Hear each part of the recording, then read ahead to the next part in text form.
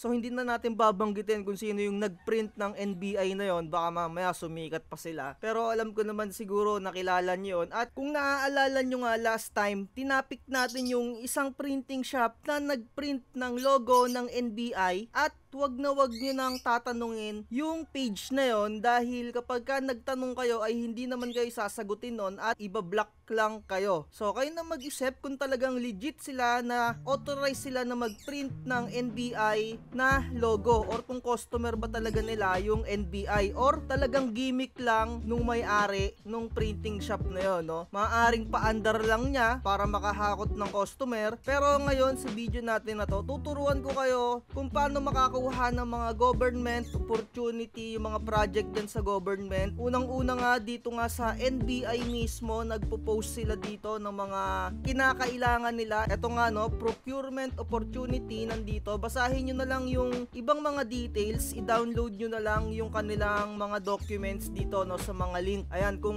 meron kayong black and tricolor na HP cartridge, ayan, pwede nyo silang supplyan. I-click nyo lang tong mga kanilang documents para makita nyo yung kabuuan na detalye. So meron pang isang paraan na para makakuha kayo nga ng mga ganitong project, no? So dito, ito yung kanilang website, etong sa PhilGeps na to, no? So meaning nito, no, ito no, the Philippine Government Electronic Procurement System. So dito napakaraming mga opportunity. Kung meron kayong mga gusto na available sa inyo ng mga item, pwede nyong supplyan yung iba't ibang ahensya ng gobyerno, no? Halimbawa mga sticker nga, magpiprint kayo ng ganyan, i-check nyo lang dito kung merong mga available na listing. So paano nga ba makita yung mga available dito na opportunities, no? Unang-una syempre, magpunta kayo sa website nila, click nyo tong opportunity, sobrang dami dito, no? Ito yung mga category, i-select nyo na lang dito kung ano yung mga category ng mga business nyo, kung saan dito nakalinya. So dahil nga printing channel tong atin, so ang i-click natin dito, etong arts and crafts at saka etong mga books. So unahin muna natin tong mga books. So dito, no, ito yung number of opportunity, makikita nyo dito, merong 79 na nakalista sa under ng books, maps, and publication. Dito maaring kayo yung magsusupply ng printing, magpiprint kayo ng mga certain na libro. I-click natin dito, kinilik ko lang yung 79 na nakalista. So eto, no, i-next nyo na lang kung tapos nyo nang mabasa to. So kiklik lang tayo ng random. Ito yung na-click ko kanina, no, nakalagay dito, various titles of printed books. Siguro ipiprint mo yung mga libro na ilalaan nila na file sa'yo. So yung project na to ay merong kontrata na 3 million. So isipin nyo, napakalaking pera yung nakalaan talaga dito.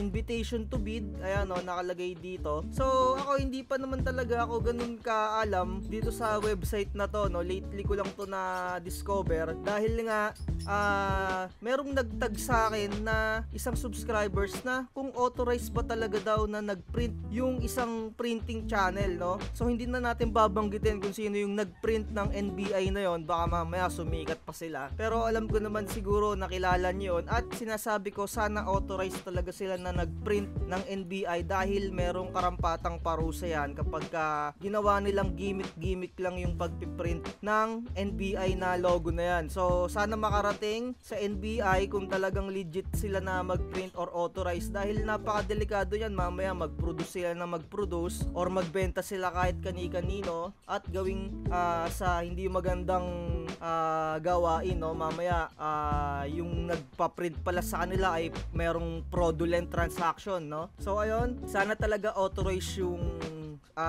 may-ari ng printing shop na yon. So mabalik nga tayo dito, ito yung mga detalye, no, reference number, procurement entity, ayan, no, ito yung naghahanap, ito pa, magpiprint ka siguro ng mga libro dito, no, sobrang dami. So delivery period, wala pa, siguro under ano nga din to, ibibid kung gaano katagal mo gagawin or ipiprint. So ito yung description, basahin nyo na lang dito. So para makita nyo nga yung kabuuan na detalye dito, i-click nyo yung order. Pero hindi nyo to madadownload hanggat hindi kayo nakarehistro or nakaregister dito. So sa next video natin, tuturuan ko kayo kung paano kayo magre-register dito. At kailangan talaga kumpleto yung inyong mga requirement, yung mga business permit, DTI yan, lalong-lalo na yung DTI, kailangan na kailangan yan. So, magbalik na tayo, i-back na natin. Select pa tayo ng iba. So, na-click natin kanina yung under ng books. So, i-click naman natin yung sa arts. Eto, no, merong 35 na listing tungkol sa arts and crafts. So, dito sa art and crafts, makikita nyo dito siguro mag-print kayo ng ng mga sticker or mga design. So, mag-select lang tayo dito ng iilan. Mag-random lang tayo ng selection. Eto, siguro yung number 1 na lang. Click natin. So, ayan, no. Yung detalye nito, eto, basahin nyo na lang dito.